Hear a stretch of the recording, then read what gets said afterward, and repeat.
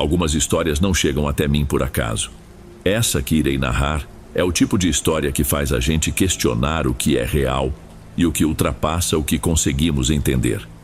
Quem nos conta esse relato nos leva para um tempo onde fé, amizade e o inexplicável se cruzam de um jeito que ainda ecoa na memória. Boa noite, Dom. Meu nome é Marcelo. Sou historiador e fascinado por lendas e histórias do sobrenatural. Nunca me passou pela cabeça dividir publicamente os acontecimentos que vivi, mas hoje decidi mudar isso. Quero compartilhar algo marcante para que mais pessoas compreendam quem guia nossos caminhos. Essa história aconteceu quando eu tinha 18 anos, numa época em que ainda não existiam esses filmes como Crepúsculo ou outros que romantizavam vampiros. Era o ano de 2005 e as opções para jovens no cinema eram bem limitadas. Minha família sempre foi muito ligada à igreja. Sendo o caçula, eu também seguia esse hábito, acompanhando minha mãe e meus irmãos. Desde cedo, nutria uma forte crença no mundo sobrenatural, embora tivesse minha própria forma de enxergar essas coisas. Um dia, apareceu na igreja um rapaz de aparência curiosa, difícil de definir. À primeira vista, parecia ter pouco mais de 20 anos, mas outras vezes dava a impressão de ter uma faixa etária bem maior, talvez até uns 30 e poucos. Chamava-se Tiago. Ele tinha boa aparência, mas havia algo peculiar nele. Mesmo jovem, eu era observador e curioso, então acabamos nos aproximando e nos tornando amigos. Tiago começou a frequentar minha casa, onde tínhamos o costume de cantar hinos e orar com o grupo de jovens. No entanto, todos notavam que ele era diferente. Enquanto estávamos alegres, rindo e descontraídos, ele muitas vezes ficava calado, com uma expressão séria e distante. Isso me incomodava, deixando-me com certo receio. Mais tarde soubemos que Tiago tinha enfrentado problemas com drogas e sofria de sinais de esquizofrenia, mas esses detalhes serão esclarecidos ao final do meu relato. Certa vez, ele foi dormir na minha casa. Na época, morávamos em uma chácara pertencente à empresa onde meu pai trabalhava. Apesar de estar localizada numa área urbana, a propriedade tinha um ar antigo e misterioso. Havia histórias de aparições de uma mulher vestida de branco e de um homem trajando preto, relatadas por moradores anteriores. No terreno, encontrávamos pedaços de correntes e moedas antigas sob o piso de pedra. A casa, construída em um declive, tinha um porão alto que contribuía para o clima sombrio. Naquela noite, Tiago ficou no chão do quarto que eu dividia com meu irmão. Meu irmão logo adormeceu, mas eu, desconfiado da presença dele ali, permaneci alerta. Percebi que Tiago parecia inquieto, o que me deixou ainda mais atento. Perguntei se estava tudo bem e ele respondeu que sim, mas com o passar dos minutos, ficou claro que não estava. Ele parecia precisar desabafar. Sentei-me na cama e perguntei diretamente se ele queria conversar. Sempre fui mais de ouvir do que de falar. Ele se sentou também e começou. Marcelo, preciso te contar algo que me atormenta. Espero que você consiga me compreender. Já tinha notado sinais de que ele usava drogas. Os dedos amarelecidos e as pontas queimadas entregavam. No bairro onde eu morava, esse problema era bem conhecido. E já havia perdido amigos para isso. Achei que ele começaria falando sobre as drogas, mas o rumo da conversa foi outro. Tiago começou relembrando sua infância em São Paulo. Contou que teve uma boa vida graças ao padrasto, que era policial federal, e garantiu uma educação sólida.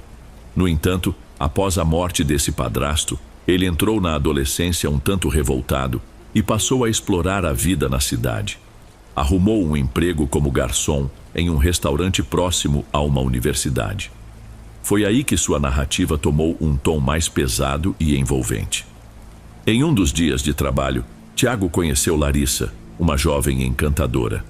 Com seus cabelos negros como a noite e pele pálida como porcelana, ela conquistava com sua simpatia e carisma.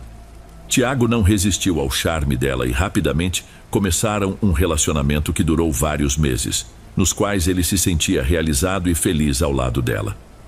Tudo mudou, no entanto, quando Tiago encontrou um antigo amigo de infância. Na ocasião, Larissa estava com ele.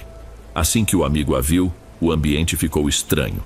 Larissa parecia desconfortável, mas a reação do amigo foi ainda mais intensa. Ele demonstrava medo e pavor. A conversa entre eles foi breve, mas suficiente para despertar em Tiago uma forte sensação de que algo não estava certo. Sua mente, inquieta, imaginou que talvez os dois tivessem um envolvimento passado, ou mesmo algo recente que ela escondia. Passou a noite atormentado com essas ideias. No dia seguinte, Tiago decidiu tirar a dúvida e perguntou diretamente a Larissa se ela conhecia seu amigo.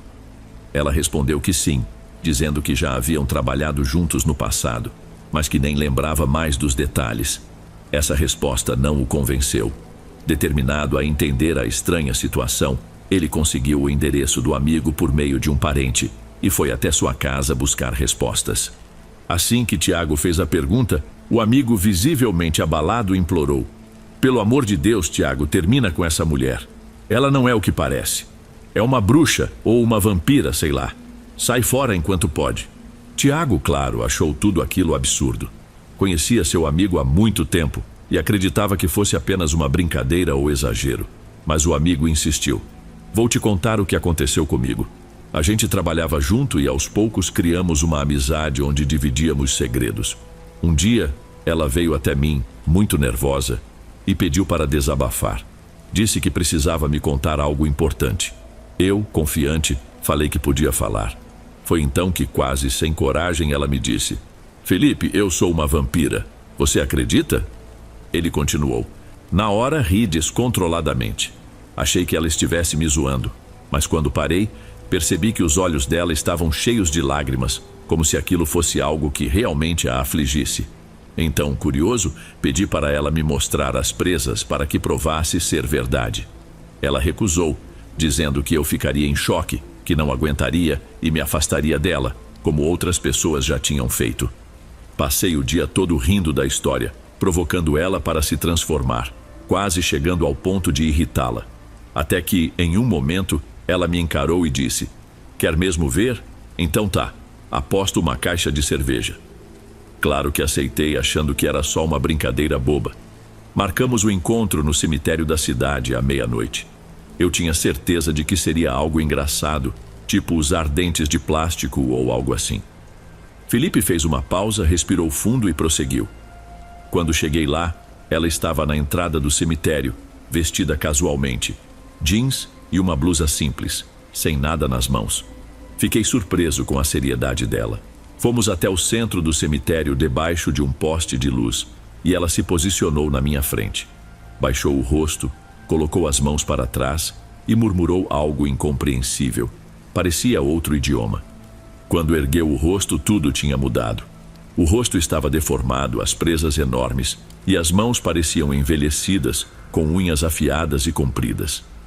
Eu gritei como nunca e saí correndo em pânico. Pulei uma mureta baixa, tropecei e desmaiei do outro lado. Quando acordei, ela já tinha voltado ao normal e tentou me ajudar. Mas eu não quis nem conversa, fugi e nunca mais voltei para o trabalho. O amigo encerrou com um apelo: "Tiago, pode achar que é loucura, mas não arrisca. Sai dessa antes que algo pior aconteça contigo."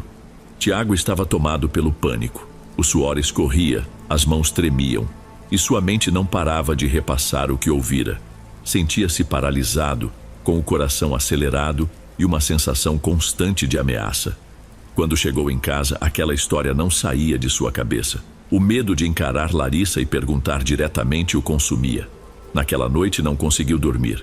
Passou horas segurando o próprio pescoço, numa mistura de oração e desespero, aguardando ansiosamente pelo amanhecer. Os dias que se seguiram foram confusos. A dúvida corroía Tiago, que precisava saber a verdade, mas o receio de encarar a resposta o segurava. Até que, num momento de coragem, ele decidiu contar a Larissa tudo o que o amigo havia dito. Ela ouviu com calma e no final soltou uma risada. "Isso é loucura. Seu amigo só quis te assustar. Onde já se viu eu ser uma bruxa ou, pior ainda, uma vampira?"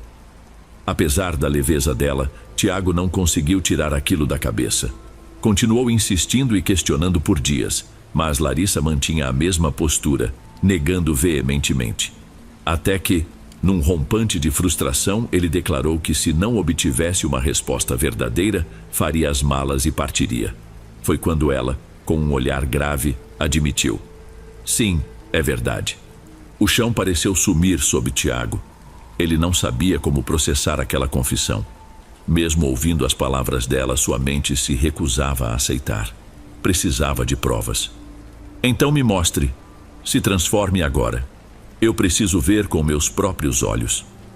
Larissa balançou a cabeça negativamente. Para você, nunca farei isso. Se eu me transformar, sei que você vai me abandonar. E eu não quero perder você. Apesar das súplicas dele, ela permaneceu firme. Quando percebeu que não avançariam, Tiago fez uma última pergunta. Então, pelo menos me conte como tudo começou. Larissa respirou fundo e começou a relatar. Quando eu era adolescente, engravidei. Meus pais, furiosos, me colocaram para fora de casa.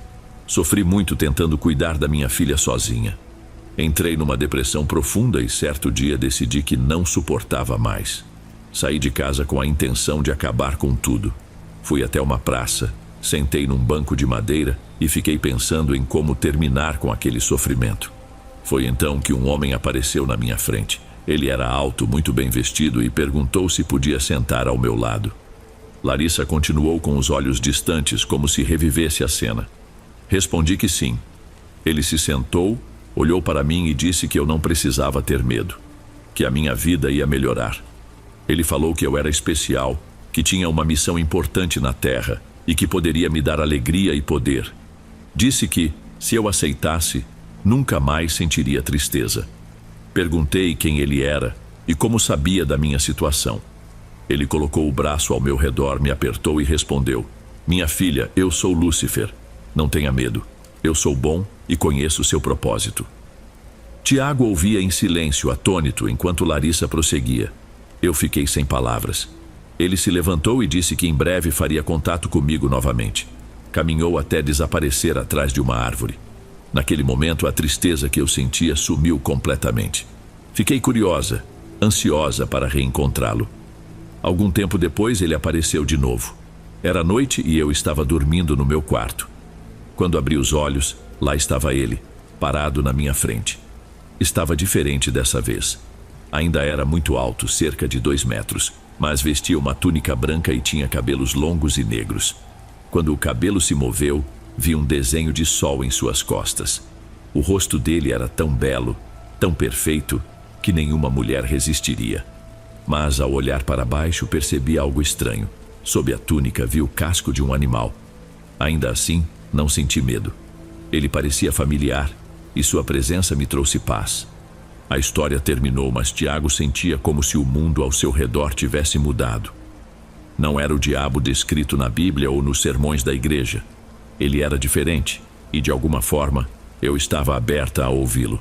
Ele me explicou que me concederia um poder raro reservado para poucos na Terra. No entanto, havia uma condição. Eu precisaria morder 3 virgens para selar o pacto. Esse seria um compromisso de vida e lealdade, porque, segundo ele, um dia o mal triunfaria sobre aqueles que fingem ser bons. Ele também falou sobre como sua força residia na tecnologia. Disse que sua influência já cruzava os oceanos, conectando nações e que, através dessa tecnologia e de suas mensagens, alcançaria homens e mulheres em todo o mundo, iluminando muitos. Após longas instruções e explicações sobre o poder que eu receberia, ele me perguntou se eu aceitava. Respondi que sim. Então, ele me pediu que me ajoelhasse, repetisse suas palavras e abrisse minha mente para receber aquilo. Fiz o que ele pediu. No momento em que repeti as palavras ajoelhada, senti meu corpo queimar, como se estivesse em chamas. Era uma dor insuportável.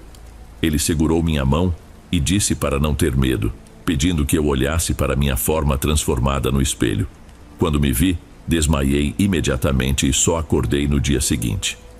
Durante os dias que se seguiram, comecei a me transformar escondida no banheiro. Aos poucos fui me acostumando.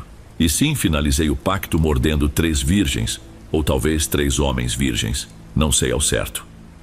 Tiago, tomado pela confusão, perguntou se ela não podia se libertar daquela situação. Ela respondeu: não posso mais.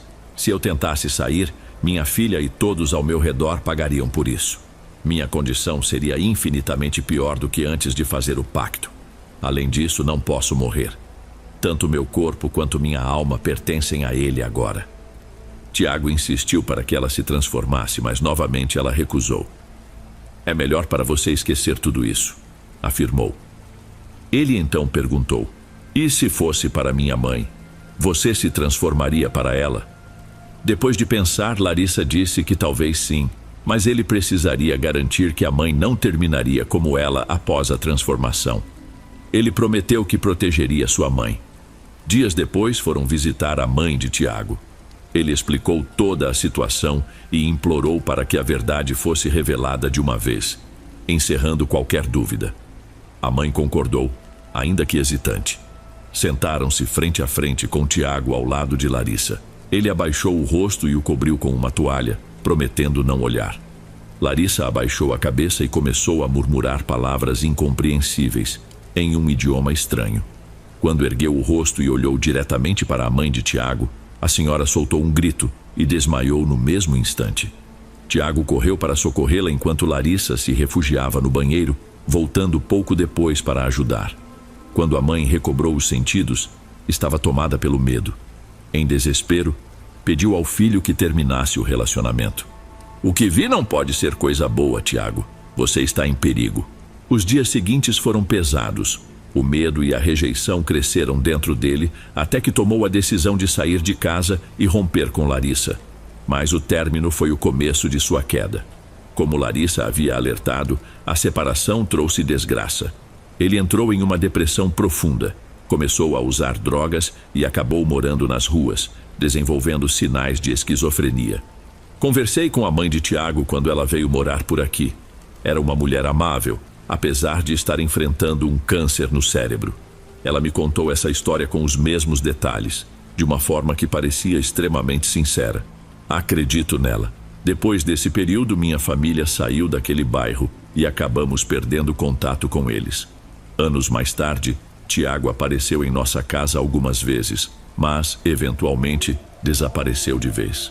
Ouvi dizer que ele trabalhou no Detran da cidade e depois em uma universidade local, mas faz muito tempo que não o vejo. Também soube que ele teria confidenciado sua história a um professor dessa universidade, mas ninguém nunca confirmou isso. Tiago, por sua vez, dizia acreditar plenamente em tudo o que viveu. Ele relatou que, certa vez, uma aluna, que dizia fazer parte de uma ordem dedicada à adoração da natureza, o convidou para conhecer os rituais do grupo. Durante essa experiência, as mulheres presentes estavam nuas e, segundo ele, ao ter contato íntimo com elas, sentiu grande parte de sua energia vital sendo drenada. Após o ocorrido, ficou sem forças, completamente esgotado. Outro acontecimento estranho foi relatado por uma pessoa da igreja. Ela contou que, em um dia comum, na casa dela, algo sinistro aconteceu.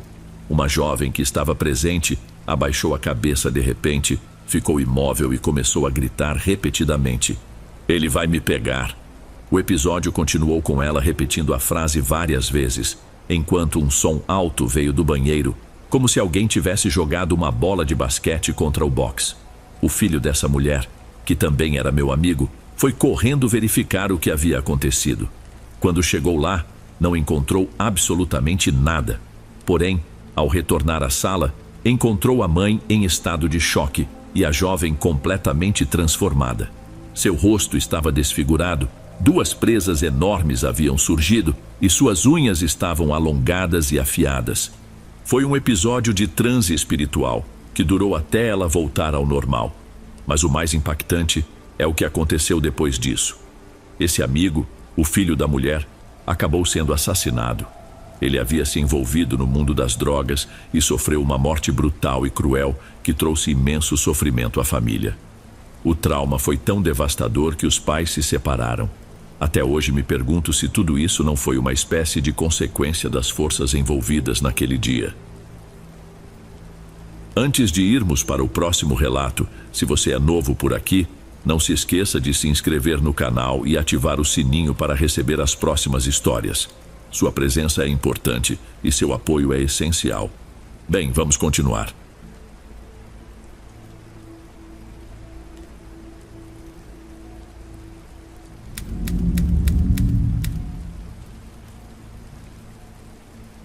A Dark Web é um canto obscuro, uma espécie de abismo onde os piores impulsos humanos ganham espaço.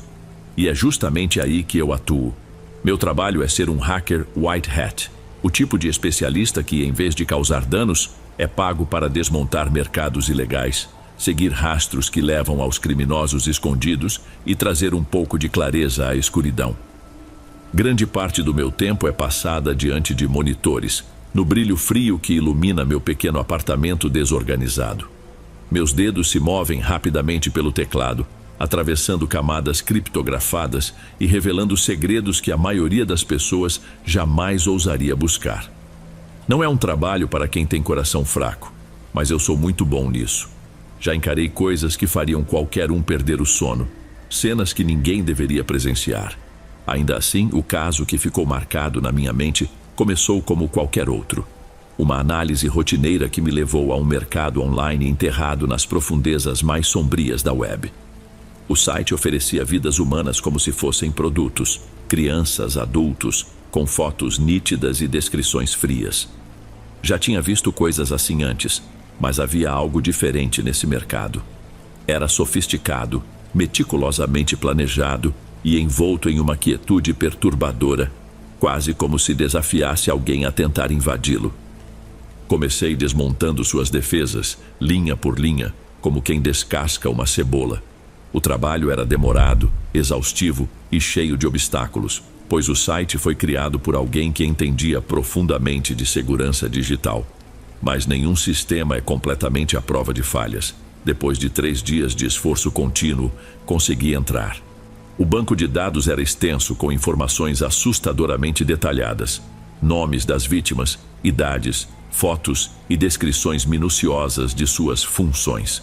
Cada arquivo parecia gritar por socorro, silenciosamente aprisionado em um universo de códigos. Enquanto trabalhava, fui extraindo informações, cruzando padrões e formando um quadro maior. Como de costume, eu documentava tudo cuidadosamente, preparando um relatório que pudesse ser entregue às autoridades assim que o site fosse desativado. Foi nesse processo que a encontrei, uma menina brasileira, provavelmente com apenas 12 anos. A foto mostrava uma criança com olhos grandes e cheios de medo, tentando sorrir. O perfil era detalhado de uma forma tão perturbadora que me causou náuseas. Mas o que realmente chamou minha atenção foi uma anotação incomum nos metadados. Um registro de pagamento que, em vez de indicar um comprador, apontava para a própria família dela. Decidi buscar o nome da garota em todas as bases de dados disponíveis. Cruzei informações de pessoas desaparecidas, postagens em redes sociais e reportagens antigas. A trilha era sutil, mas estava lá. Descobri que ela havia desaparecido meses antes, com o último registro vindo de uma comunidade ribeirinha no Pará. A mídia local quase não mencionou o caso, e estranhamente os pais nunca reportaram seu sumiço. Ao contrário, algo inesperado tinha acontecido na vida deles. Encontrei fotos no Facebook em que apareciam em frente a uma casa bem maior do que a que possuíam antes, ostentando roupas caras e promovendo festas luxuosas. Havia publicações agradecendo por uma bênção que tinham recebido. Era difícil acreditar. Como uma família que vivia na pobreza extrema poderia, de repente, ter recursos para tudo isso? As peças se juntaram como um quebra-cabeça cruel que eu daria qualquer coisa para não ter resolvido. Eles a venderam. A própria filha, sangue do sangue deles, entregue nas mãos de monstros em troca de conforto e uma vida melhor. Fiquei olhando para a tela com o estômago revirado, sentindo a bile subir. Não era apenas o marketplace, era a traição, o abandono, a frieza de transformar uma criança em moeda de troca. Sempre mantive uma distância profissional no meu trabalho, mas dessa vez, algo mudou. Não conseguia parar de pensar nela. Ela deixou de ser apenas mais um registro no banco de dados e se tornou uma menina real, descartada, esquecida, esmagada pelas pessoas que deveriam protegê-la acima de tudo. Resolvi ir mais fundo. Vasculhei cada detalhe sobre a família. Registros financeiros, mensagens privadas, qualquer pista que pudesse encontrar. E a história que emergiu era tão clara quanto revoltante. O depósito coincidia com o dia em que ela desapareceu, e o dinheiro foi sendo torrado aos poucos em luxos. Festas, roupas caras, ostentação. Não restava dúvida. Eles não só colaboraram, como estavam prosperando com o horror que ela vivia. Com cada descoberta, a raiva crescia dentro de mim. Meu trabalho sempre foi técnico, focado em desmantelar sistemas e expor redes, nunca em julgar pessoas. Mas aquilo virou algo pessoal. Não conseguia apagar da mente a imagem dela, o sorriso falso, o medo estampado nos olhos grandes. Ela parecia me olhar a cada vez que eu fechava os olhos. Passei semanas montando um caso completo, reunindo provas que seriam incontestáveis quando chegassem às mãos das autoridades. Esse era meu protocolo. Era assim que eu sempre lidava com esses casos. Mas o pensamento de que aquela família estava vivendo confortavelmente enquanto ela sofria me consumia. Eles tinham comprado felicidade com a vida dela. E isso era monstruoso. Foi numa dessas noites, enquanto revisava os dados finais, que tomei uma decisão. Eu não iria apenas entregar as provas e seguir em frente como sempre fazia. Eles precisavam sentir o peso do que tinham feito. Precisavam lembrar dela, enxergar as consequências do ato cruel que cometeram. Preparei um e-mail, anônimo e impossível de rastrear. No anexo coloquei as fotos da filha que encontrei no Marketplace, editadas para preservar sua dignidade, mas inconfundíveis. Enviei sem nenhuma mensagem, apenas as imagens. Queria que eles encarassem aquilo, que fossem consumidos pela lembrança do que haviam feito. Não sei se abriram o e-mail, mas gosto de imaginar que a culpa os corroeu, lenta e implacável, como um veneno. Poucos dias depois, o Marketplace saiu do ar. Foi apagado da Dark Web. Meu trabalho ali estava feito e as autoridades brasileiras tinham tudo o que precisavam para rastrear aquela rede de horrores. Mas o rosto dela continuou comigo, como uma sombra que não consigo afastar. Às vezes gosto de pensar que ela está viva em algum lugar, que a queda daquele sistema tenha lhe dado uma chance de escapar. Mas conheço bem a realidade da Dark Web e sei que ela raramente liberta suas vítimas. Mesmo assim, continuo. Cada dia, derrubo um monstro diferente. Porque se eu não fizer isso, quem fará? Se estiver gostando dos relatos, não se esqueça de já deixar o seu like. Ele é muito importante. Bem, vamos continuar.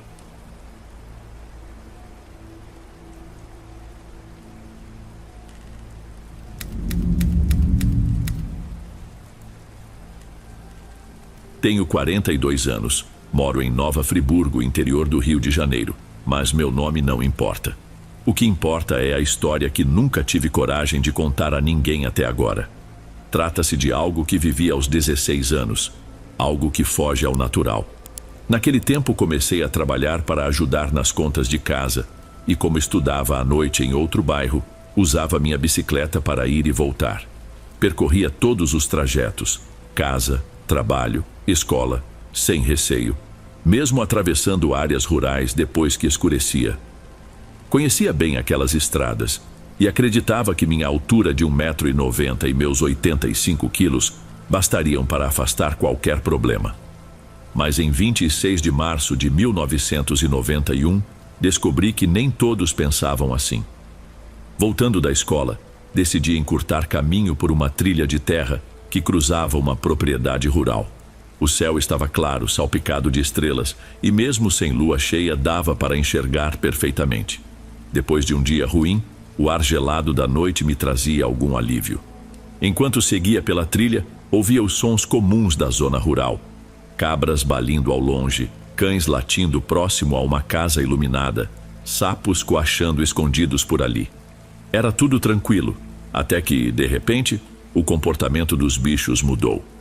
A barulheira cessou como se alguém tivesse desligado o som, e só o vento entre as árvores permanecia.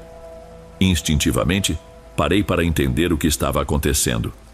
Foi então que vi algo grande, mais ou menos do tamanho de um jumento, se movendo junto aos outros animais.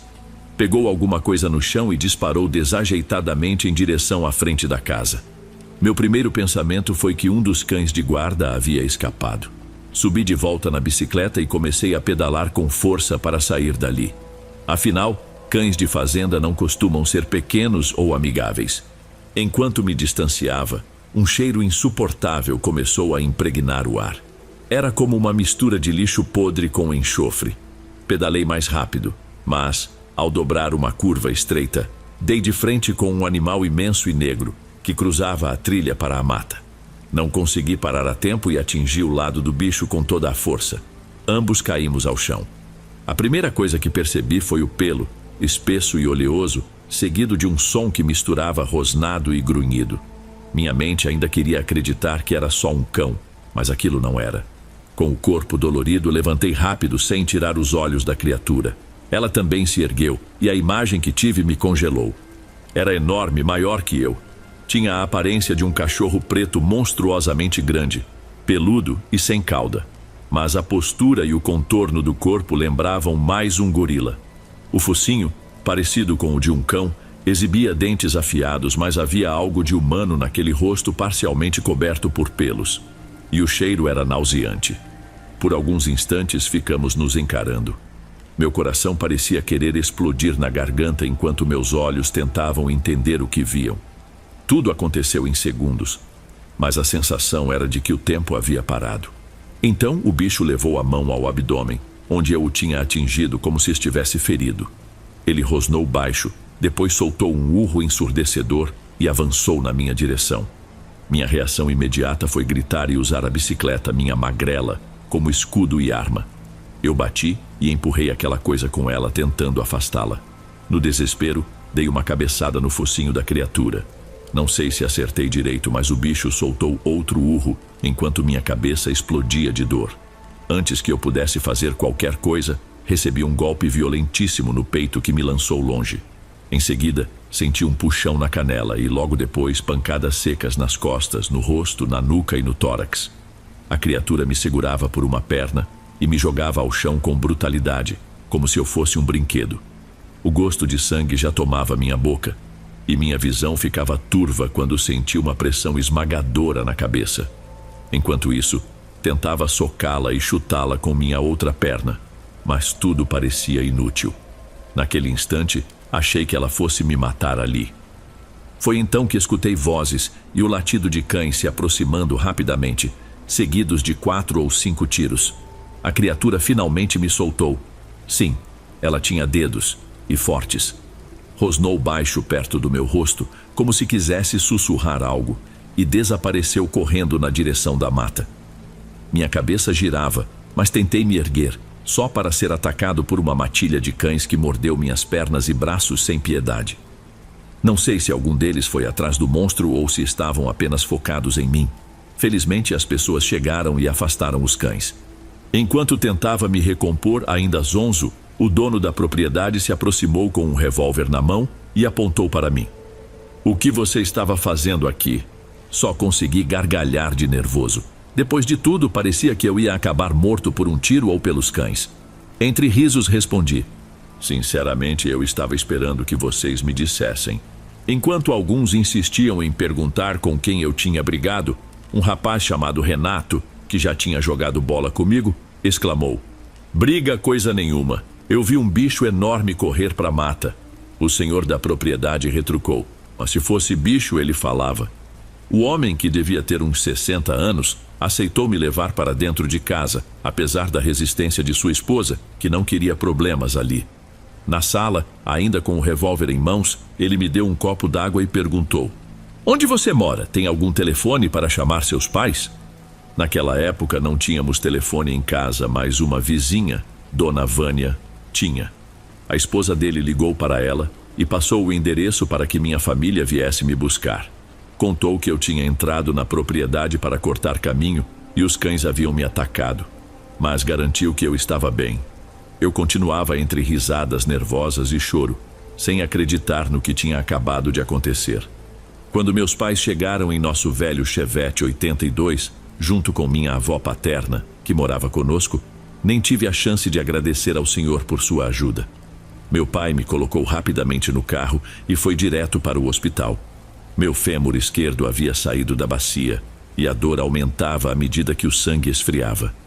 No hospital, os médicos cuidaram bem de mim e sugeriram que eu passasse a noite em observação. Para ser sincero, fiquei aliviado, porque não queria voltar para casa, sabendo que teria que passar por aquela estrada novamente. Mas minha avó foi irredutível. Disse que aquilo era um assunto de família e insistiu tanto que acabamos voltando para casa naquela mesma noite. No caminho de volta, contei cada detalhe do que havia acontecido. Meu pai parecia aterrorizado, me enchendo de perguntas. Minha mãe, por outro lado, não acreditou. Perguntou se alguém tinha me dado algo estranho no colégio, insinuando que eu podia estar drogado e imaginado um monstro enquanto brigava com os cães. Minha avó permaneceu em silêncio. Quando chegamos em casa e ouvi a porta se fechar, desabei. Comecei a chorar como uma criança pequena e me agarrei à minha mãe. Meu pai tentou me puxar para perto, mas foi interrompido pela minha avó, que me tomou pela mão e mandou ir direto para o chuveiro. "Você está fedendo", disse, e era verdade. O cheiro daquela criatura ainda impregnava minhas roupas.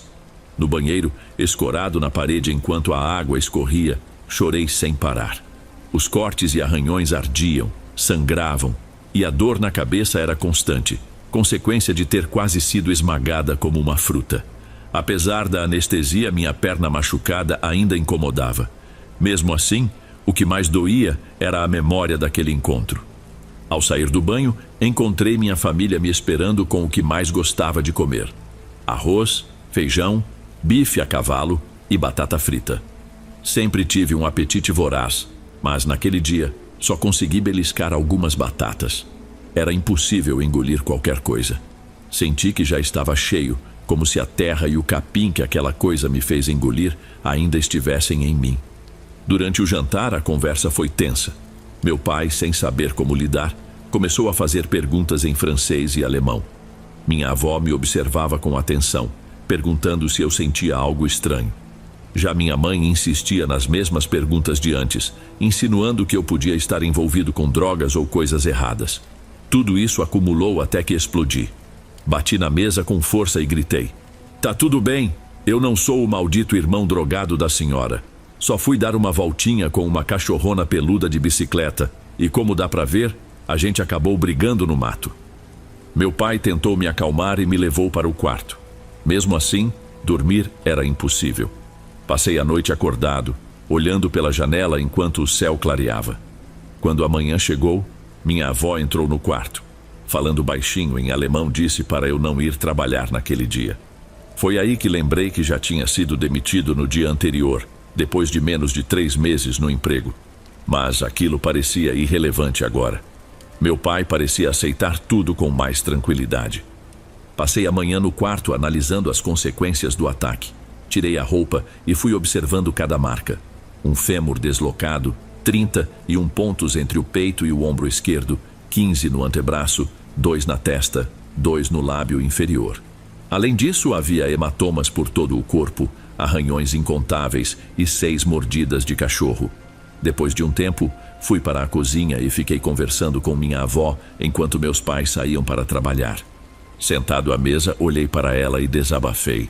Não sei o que aconteceu, saí no braço com um bicho que nem sei o que era. Tomara que tenha sido um urso. Minha avó não hesitou. Respondeu em alemão, usando uma palavra que significava lobisomem. Embora eu também pensasse nisso, preferi rir da situação.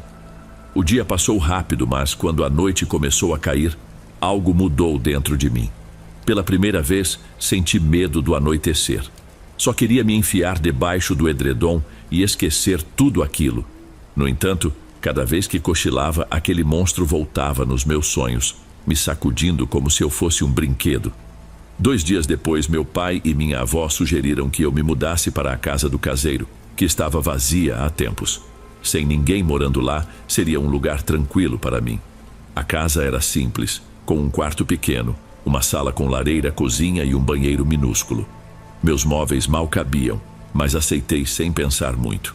Além do sossego, imaginei que ter meu próprio espaço poderia abrir oportunidades, especialmente com a filha de um primo da minha mãe. Passei o dia seguinte ansioso, quase esquecendo do que tinha acontecido. Quando a sexta-feira chegou, 29 de março de 1991, minha empolgação só aumentava. Sentia tanto calor que parecia febril. Já à noite fiquei apenas de cueca, Abri a janela e me joguei na cama.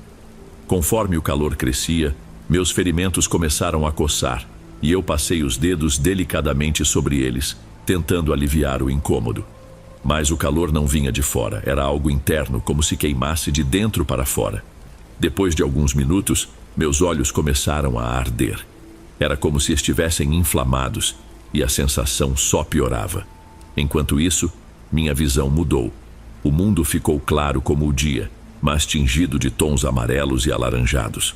O calor começou a se dissipar, mas em compensação, uma estranha anestesia tomou conta do meu corpo. Eu movia as mãos, mas parecia que elas não eram minhas. A sensação era surreal, como um sonho confuso ou uma embriaguez profunda. Você percebe o que acontece ao seu redor, mas não tem controle. Quando olhei para meu corpo estendido na cama, acreditei que estava alucinando. Tentei me ajoelhar para rezar, mas não conseguia.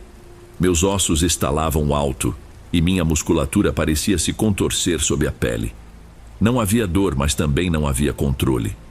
De repente, percebi que estava caído no chão, olhando para o teto. Foi então que um cheiro insuportável tomou o ambiente. O mesmo odor pútrido da criatura que me atacara dias antes. O medo me dominou. Achei que ela tinha vindo atrás de mim para terminar o que começou. Então a verdade me atingiu como um soco. Eu era a criatura.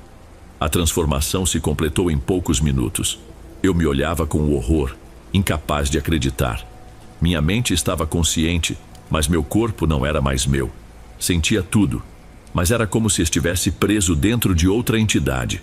Era como um pesadelo, onde você sabe que está dentro do monstro, mas não é quem dá as ordens. Um sentimento avassalador de tristeza e repulsa tomou conta de mim. Eu queria desaparecer. Sem fazer barulho, a coisa, ou melhor, eu, saltou pela janela aberta. Com agilidade inumana, pulou o muro e correu pelas ruas, veloz e furtiva. Era como ser um passageiro dentro do próprio corpo, forçado a assistir a tudo sem poder interferir. A criatura evitava lugares movimentados, passando por ruas desertas, terrenos abandonados e áreas rurais. Eu sabia para onde ela ia, como se minha consciência e inteligência se fundissem com seus instintos. Era eu, mas não era. Transformar-se é como ser consumido por uma raiva tão intensa que você perde o controle. Você ainda sabe o que está acontecendo, mas é incapaz de se controlar por causa das necessidades primordiais que tomam conta de você. Nota explicativa. As necessidades básicas dessa condição incluem movimentar-se constantemente, alimentar-se e caçar. Curiosamente, carne humana e de porco não são bem aceitas, frequentemente sendo vomitadas. Ataques a humanos geralmente ocorrem por fome extrema, frustração sexual ou, em alguns casos, por simples trollagem. O cheiro do medo humano é quase viciante, algo que provoca um estado de euforia particular. Na maior parte das vezes, não temos o desejo de devorar pessoas. O que realmente buscamos é o cheiro do medo, do pânico. Para isso, fazemos de tudo para provocá-lo. Como caçadores habilidosos, podemos ser completamente silenciosos e passar despercebidos, se assim quisermos. Quando optamos por barulhos e pisadas fortes, é sempre intencional. O odor que exalamos só serve para afastar curiosos. No entanto, se alguém se aproxima demais ou ocorre contato físico, perdemos o controle e atacamos com uma rapidez impressionante. Retornei ao local onde tudo começou, à trilha de terra onde fui atacado. Sabia exatamente o que queria: os cães. A primeira coisa que fiz foi farejar o ar para me certificar de que nenhum outro lobisomem estava por perto. Percebi que somos territorialistas, onde há um, outro não se estabelece. Com a área livre, saltei o muro com facilidade. Saber que iria matar os cães que me atacaram trouxe uma sensação estranha de satisfação. Ajoelhei-me, avancei sem fazer barulho, me esgueirando entre as sombras. Todos os cães estavam juntos. Levantei-me, observei e, em poucos movimentos, os matei. Nessa forma, matar cães é algo assustadoramente fácil. Os ganidos e o alvoroço das cabras acordaram o Sr. Breno. Ele saiu de casa já disparando para todos os lados. Me escondi no mato alto, deitado atrás do curral, sem emitir nenhum som. De longe, Ouvi a esposa dele gritar: Breno, o bicho matou os cachorros. Breno chegou até uns 5 metros de onde eu estava. Levantei-me e liberei aquele odor terrível. A resposta foi instantânea. O cheiro do medo exalado por ele era quase intoxicante. Ele correu. Perseguir alguém tomado pelo pavor é indescritível, quase prazeroso. Segui-o apenas para sentir isso mais de perto. Mas ele, desesperado, virou o revólver para trás. Antes que pudesse disparar, mordi seu antebraço e me embrenhei na mata. Corri pela mata até encontrar um caminho que levava direto para casa. Evitei ruas iluminadas, escolhi as mais desertas e fui avançando, quintal por quintal, até alcançar o meu. Lá, me escondi nos fundos, perto das árvores. Andava de um lado para o outro esperando o nascer do sol. Quando os primeiros raios surgiram, um cansaço esmagador tomou conta de mim e simplesmente apaguei. Minha avó me acordou horas depois, jogando uma bermuda e uma camisa sobre mim. Não quero saber de nada, é melhor assim. Levantei-me e entrei em casa sem dizer uma palavra. Mas algo chamou minha atenção. As escoriações haviam sumido e os pontos estavam secos, quase prontos para cair. Nota explicativa: a luz do sol queima os pelos do lobisomem, fazendo-os cair e se desfazerem como cinzas. Ao mesmo tempo, a luz reestrutura o corpo, fazendo-o voltar ao normal. Quando não há acesso à luz solar, mesmo que indireta, o processo de transformação reversa é mais lento. Fiquei preocupado com o Sr. Breno. Pensei que ele poderia se transformar em algo como eu. Nos dias seguintes, observei-o à distância. Para minha surpresa, nada aconteceu com ele. Ele ficou bem, apesar de carregar uma leve mancada que nunca entendi. Até hoje tem uma implicância comigo, mas sua saúde permanece boa. Nota explicativa: não basta uma mordida simples para transmitir a condição. É necessário que a vítima enfrente o ataque, resista e sobreviva. Esse mérito é o que determina se a transformação será passada adiante. Fugir ou sucumbir ao medo impede que isso aconteça. Minha avó faleceu em 2001, de causas naturais, aos 93 anos. Minha mãe perdeu a luta contra o câncer em 2007, aos 54 anos. Meu pai, hoje com 66 anos, tem muita saúde e continua morando na mesma casa. Quanto ao lobisomem que me atacou, tive a impressão, quando estive em Resende há 2 anos, de que ainda vive por lá. É uma mulher da mesma idade do meu pai. Claro que não os apresentarei. Seria estranho demais explicar ao meu pai que sua madrasta já me deixou cheio de arranhões e mordidas no mato. Ele já passou da idade para esse tipo de aventura. Essa foi a história da minha primeira experiência com o sobrenatural. E que experiência! Embora outras tenham ocorrido ao longo do tempo, nenhuma se compara à primeira, que é a mais marcante. Para encerrar, deixo um detalhe curioso como brinde. As transformações não são tão involuntárias quanto os filmes fazem parecer. Ao menos, não depois das primeiras. Também não são limitadas às noites de lua cheia. Elas ocorrem em momentos específicos do ano, coincidentemente durante os solstícios e equinócios, independentemente da fase da lua. E sim, é possível resistir à transformação.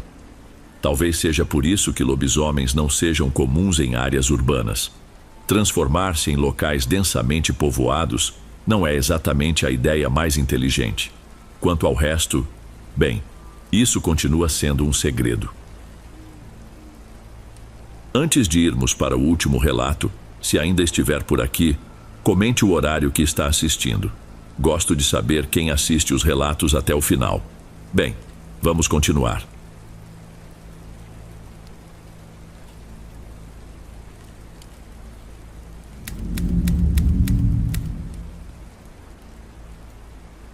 No começo de 2013, eu trabalhava para uma grande companhia de análise de mercado em São Paulo. Estava no cargo há 6 anos e me sentia realizado, com uma trajetória promissora pela frente. Até que, numa manhã de quarta-feira, tudo tomou um rumo inesperado. Depois de acordar por volta das 6h15, finalizei minha rotina matinal e desci até a garagem do prédio. Havia cerca de 12 ou 14 carros estacionados, e enquanto me aproximava do meu, notei uma pessoa sozinha encostada na parede perto do capô. Era um rapaz. aparentemente na faixa dos 20 a 30 anos, vestido com um boné e um moletom com capuz. Ele apenas me observava fixamente enquanto eu caminhava. Mantive contato visual, mas com cuidado para não parecer hostil. Quando cheguei próximo ao carro, achei melhor tentar entender a situação antes de destrancar a porta. "Posso te ajudar com alguma coisa?" Perguntei num tom neutro, mas direto. Ele, sem demonstrar hesitação, respondeu: "Ninguém pode te ajudar, irmão." Na hora pensei que era só alguém tentando se mostrar engraçado. Resolvi não dar atenção. Entrei no carro e comecei a sair da vaga, mas durante todo o tempo, o rapaz permaneceu ali, me encarando e sorrindo como se sua frase tivesse sido uma grande sacada. O caminho até o trabalho não ajudou a melhorar meu humor. Fui fechado ou insultado por motoristas umas 12 vezes em meia hora. Após uma longa e entediante reunião de quarta-feira, o episódio da garagem já tinha se apagado da minha mente. O dia estava corrido e segui em frente. Foi só no fim da tarde que lembrei daquele encontro. Pensei que o sujeito talvez estivesse lá para roubar ou vandalizar algum carro. Quem sabe quebrar um vidro e pegar algo de valor. Fiquei imaginando que alguém no meu prédio teria um dia péssimo, mas mal sabia que o azarado da vez seria eu. Ao final do expediente, voltei para casa. No estacionamento não havia sinais de arrombamento nem vidros quebrados. Respirei aliviado, achando que tudo tinha terminado bem.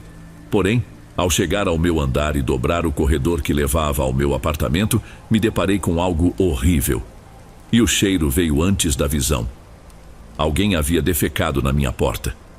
E não era qualquer tipo de fezes, era diarreia, espalhada em borrifos por toda a área, como se tivesse sido feita com uma força absurda. Fiquei parado por alguns segundos, tentando processar. Meu primeiro pensamento foi: não, isso não pode estar acontecendo. Mas quando o odor atingiu meu nariz, tive que cobrir o rosto para não vomitar. Voltei imediatamente ao térreo e entrei em contato com uma empresa de limpeza de emergência. Também avisei a administração do prédio para solicitar as imagens das câmeras de segurança. Sabia que todos os corredores e entradas principais eram monitorados por câmeras. Foi, inclusive, um dos motivos que me fizeram escolher morar ali. Para minha sorte, o processo de obtenção das gravações foi rápido e descomplicado.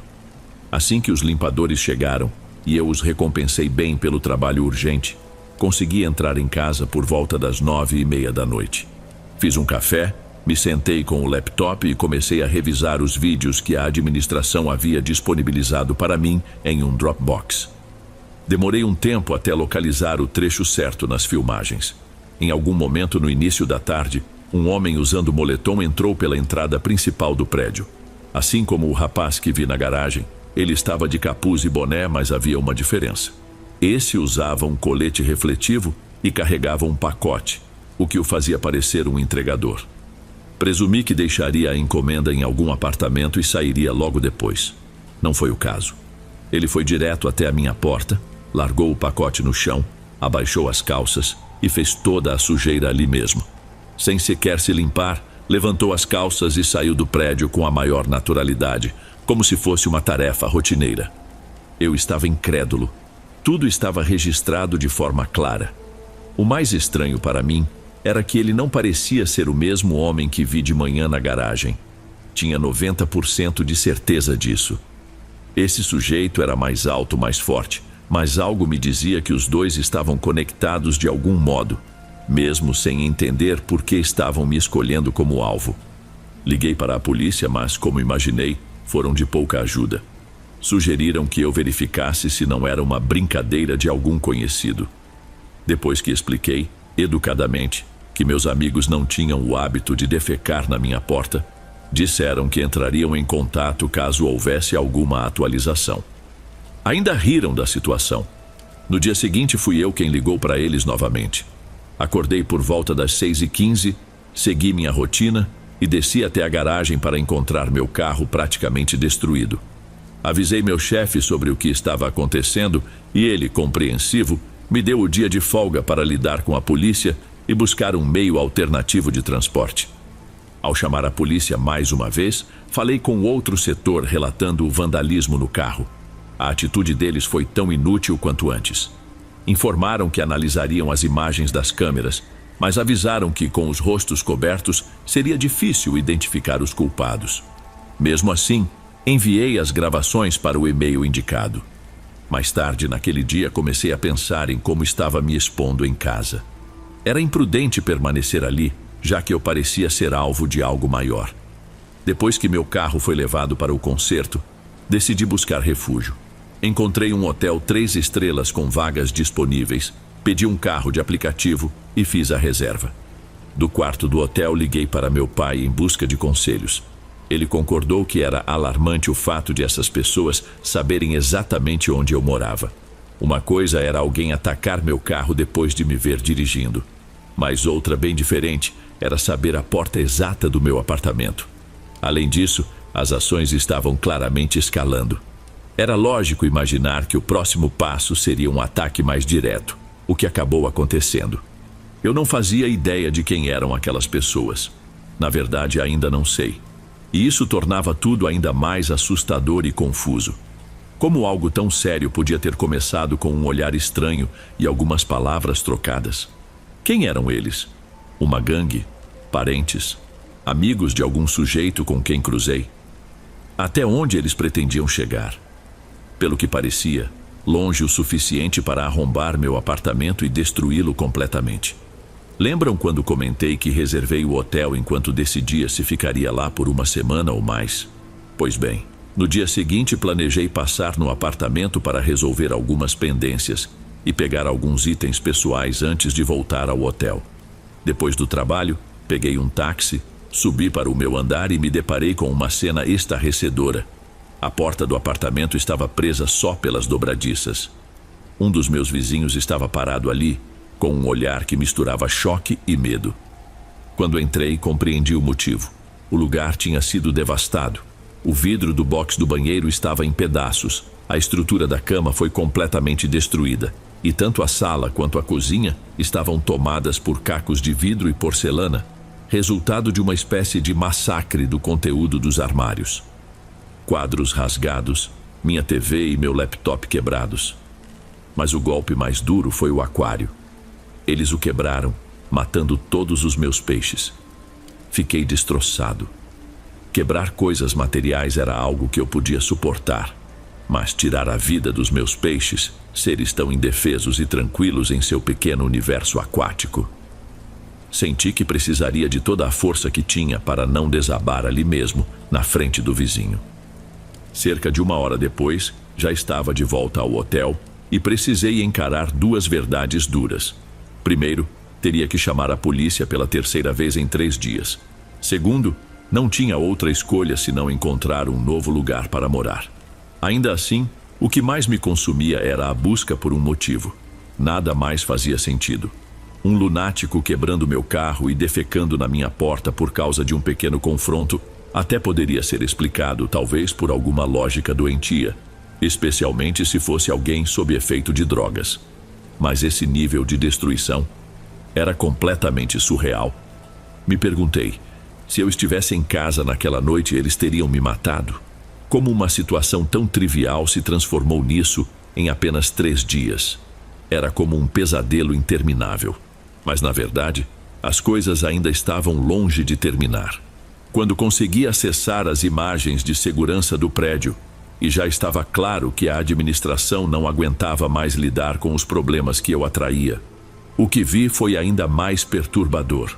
Não era um grupo desorganizado de encapuzados como os que destruíram meu carro.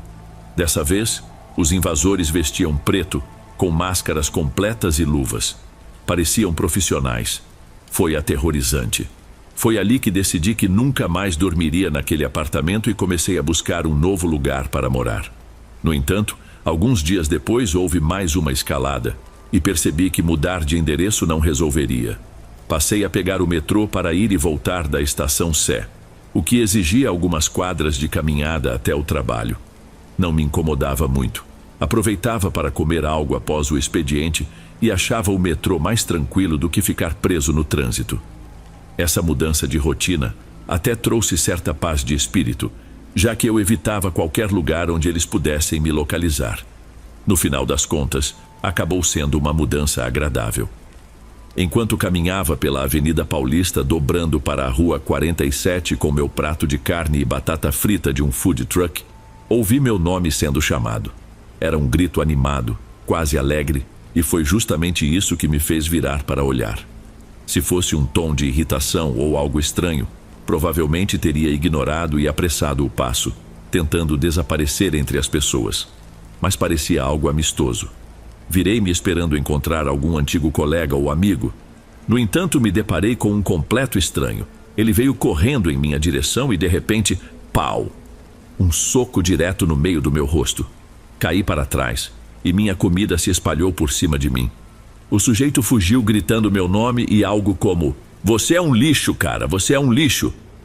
Bem, aquilo era São Paulo.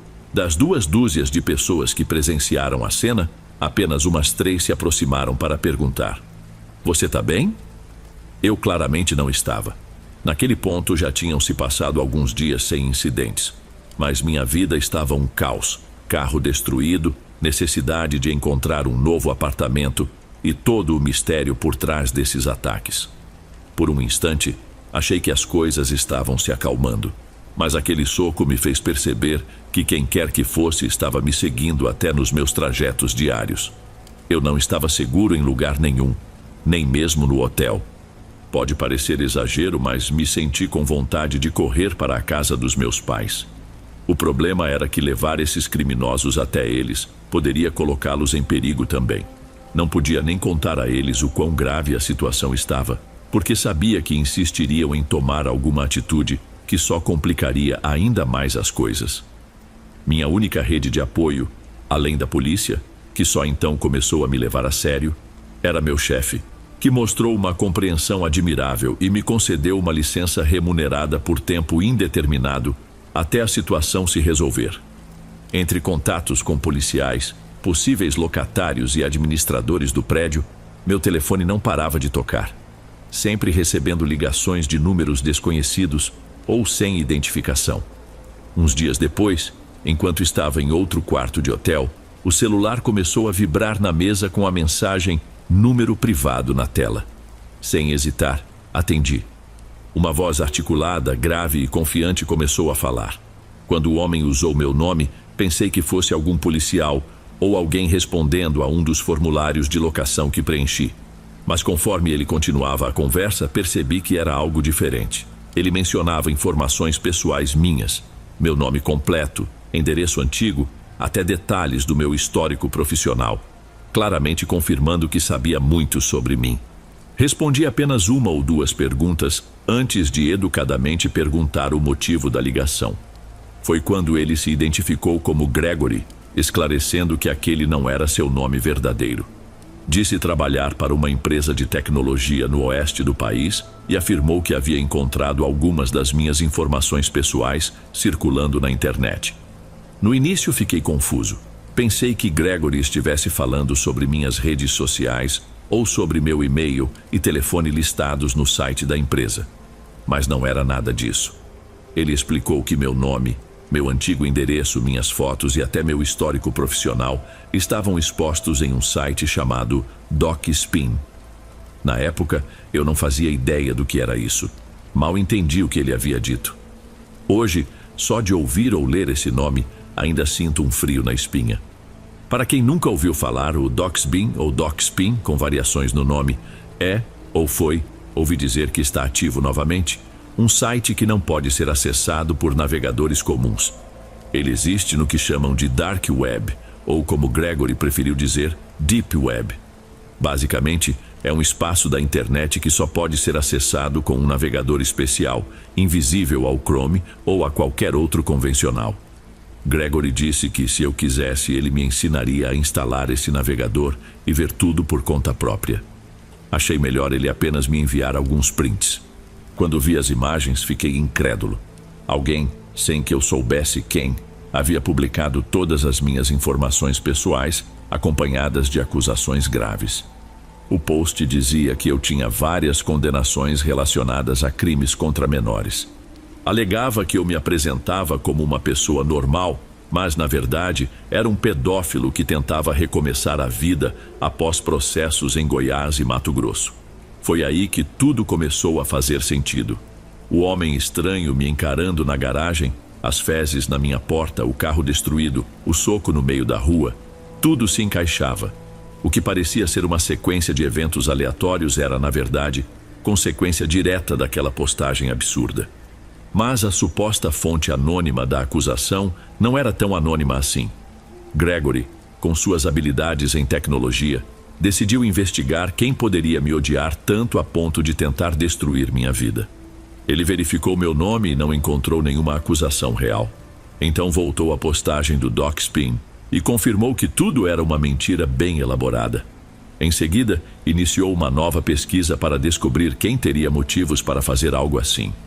Foi aí que ele cruzou informações sobre pessoas que haviam saído recentemente da empresa onde eu trabalhava. Gregory encontrou um ex-funcionário que parecia familiarizado com o mundo dos navegadores especiais, usados para acessar esse submundo da internet. Além disso, descobriu que esse mesmo sujeito tinha um blog público. Ao comparar o estilo de escrita do blog com o texto postado no Doc Spin, percebeu uma semelhança impressionante. Gregory explicou tudo isso rapidamente, enquanto eu praticamente implorava para saber o nome do suspeito. Quando ele finalmente me contou, foi como se tudo se esclarecesse de repente. Não vou citar o nome aqui porque prefiro manter alguma decência e não expor o responsável. Mas na hora reconheci. Era o homem que havia passado por uma avaliação conduzida por mim, resultando na sua demissão. Ele era desleixado, frequentemente atrasado e mal fazia o próprio trabalho, mas por trás daquela aparência desmazelada estava alguém extremamente habilidoso com computadores e, ao que tudo indicava, profundamente rancoroso. Depois da demissão dele, ouvi rumores de que sua vida havia desmoronado completamente. Ele perdeu o apartamento onde morava e foi despejado poucas semanas depois. Sua esposa, segundo colegas, pediu o divórcio logo em seguida. Era como se a demissão tivesse desencadeado uma reação em cadeia de desastres pessoais. Embora eu soubesse que minha avaliação foi justa e profissional, ele parecia enxergar a mim, e só a mim, como o responsável por tudo isso. A raiva que ele nutria não era apenas por ter perdido o emprego. Era como se eu fosse o símbolo de tudo o que havia dado errado em sua vida. Quando soube que fui eu quem elaborou o relatório que levou à sua saída, parecia ter decidido que faria da minha vida um inferno. Lembro de estar sentado na cama do hotel, segurando o telefone em uma mão enquanto pressionava as têmporas com a outra, tentando conter uma enxaqueca iminente. Era muita informação para processar de uma vez, e fiquei dividido entre a ideia de que aquilo poderia ser um golpe e a sensação de que Gregory realmente dizia a verdade. Mas, quando ele revelou quem estava por trás de tudo, as dúvidas desapareceram. Os detalhes que ele conhecia eram precisos demais para ser apenas uma pegadinha. Além disso, Gregory estava disposto a me mostrar tudo, menos sua própria identidade. Se fosse um golpe, seria absurdamente elaborado. Mesmo assim, a paranoia voltou com força total quando Gregory, ao final da ligação, pediu dinheiro. Ele explicou que conseguiria remover a postagem, mas que seria um trabalho urgente. Quanto mais tempo o post permanecesse ativo, mais em perigo eu ficava. Para resolver isso rapidamente, ele precisaria pagar amigos que ajudariam no processo, e eu teria que transferir alguns milhares de reais em Bitcoin. Naquele instante, meu alarme interno disparou. Perguntei de forma direta se ele mesmo não seria o autor do post, tentando me chantagear. Ele deu uma risadinha nervosa e concordou que seria um plano brilhante, mas reforçou que, se estivesse apenas interessado em dinheiro, existiam maneiras muito mais fáceis de aplicar golpes ou extorquir alguém. Isso acabou me convencendo. Gregory fez o que prometeu. A postagem foi removida. Durante os dias seguintes, ele continuou ligando para me lembrar da dívida e para confirmar se algo mais havia acontecido. Segundo ele, havia a chance de meu antigo apartamento sofrer outro ataque, mas apenas por quem já conhecia o endereço e acreditava nas acusações. No entanto, sem o post, era improvável que novos justiceiros aparecessem. Eu ainda desconfiava que tudo fosse uma armação, mas com o passar dos dias e a ausência de novos problemas no prédio, comecei a relaxar. No 10º dia, Converti o dinheiro em Bitcoin e enviei para a carteira que Gregory me forneceu. O processo foi complicado, mas no final ele me ligou para agradecer, e eu, de certa forma, acabei agradecendo ainda mais. Logo após desligar, decidi ligar de volta. Queria perguntar se poderia contratar seus serviços novamente caso precisasse no futuro. Para minha surpresa, quando disquei, ouvi uma mensagem informando que o número havia sido desconectado. Nos dias seguintes, a paranoia começou a retornar. Resolvi pensar em uma forma de verificar se Gregory havia sido honesto. A ideia veio quando entrei em contato com o setor de RH. Uma tarde, ainda no hotel, disquei para um número que tinha anotado. Alguns segundos depois, ouvi a voz do ex-colega que eu havia avaliado negativamente, o mesmo cuja demissão ajudei a conduzir. Adotei o tom mais amigável possível. Disse que tinha ouvido sobre o desligamento dele e que lamentava pelo ocorrido. Ele pareceu surpreso, mas não assustado, então continuei. Comentei que soube de uma vaga em outra empresa e perguntei se ele gostaria de ser informado caso surgisse algo. Ele, ainda um pouco confuso, respondeu que sim. No final, enquanto nos despedíamos com um cordial "valeu, até mais", finalizei. Eu sei o que você fez. Qualquer pessoa inocente teria respondido algo como: "O quê? Fiz o quê?" Mas ele não disse nada. Ficou aquele silêncio pesado, como se estivesse pensando em como responder ou tentando encontrar algo que pudesse virar o jogo a seu favor. No entanto, não falou nada, apenas desligou. E para mim, isso já bastava. Foi a confirmação que eu precisava. Se Gregory estivesse mentindo ou então em conluio com meu ex-colega, seria uma coincidência absurda que o silêncio dele tivesse sido tão revelador. Mas pela forma como ele reagiu, ou melhor, não reagiu, ficou claro que sabia exatamente o que eu estava insinuando. Era como se ele estivesse ciente de que a ligação poderia estar sendo gravada. E de fato, estava. Usei a câmera do meu laptop para registrar a conversa, na esperança de conseguir alguma confissão direta. Ele, no entanto, não deu nenhuma chance. Sabia que o silêncio era sua melhor estratégia, porque qualquer palavra a mais poderia complicá-lo. No fim, ele saiu impune. Não houve consequências reais para ele, mas de minha parte consegui o que mais precisava: paz de espírito. Agora eu entendia toda a cadeia de eventos, desde a origem até os desdobramentos, e embora tenha sido uma experiência terrível, pelo menos finalmente pude juntar as peças do quebra-cabeça e seguir em frente. Hoje não moro mais em São Paulo, na verdade nem sequer no sudeste do Brasil. Também não trabalho mais com pesquisa de mercado, e honestamente estou bem com isso. Minha vida mudou, mas encontrei felicidade em novos caminhos. Se há algo que essa história me ensinou e que gostaria de compartilhar com quem estiver escutando, é o seguinte: tenha muito cuidado com as informações que você compartilha online. Há pessoas perturbadas, verdadeiramente perigosas, que podem usar até os menores detalhes contra você. Proteja-se e nunca subestime o que alguém com más intenções é capaz de fazer. Ei pessoal, obrigado por ouvirem. Clique no sininho de notificações para ser alertado de todas as futuras narrações. Lanço vídeos novos todos os dias por aqui. Espero te ver nos próximos. Agora na tela vou deixar outros 2 bons vídeos que sei que irão gostar. Te vejo por lá.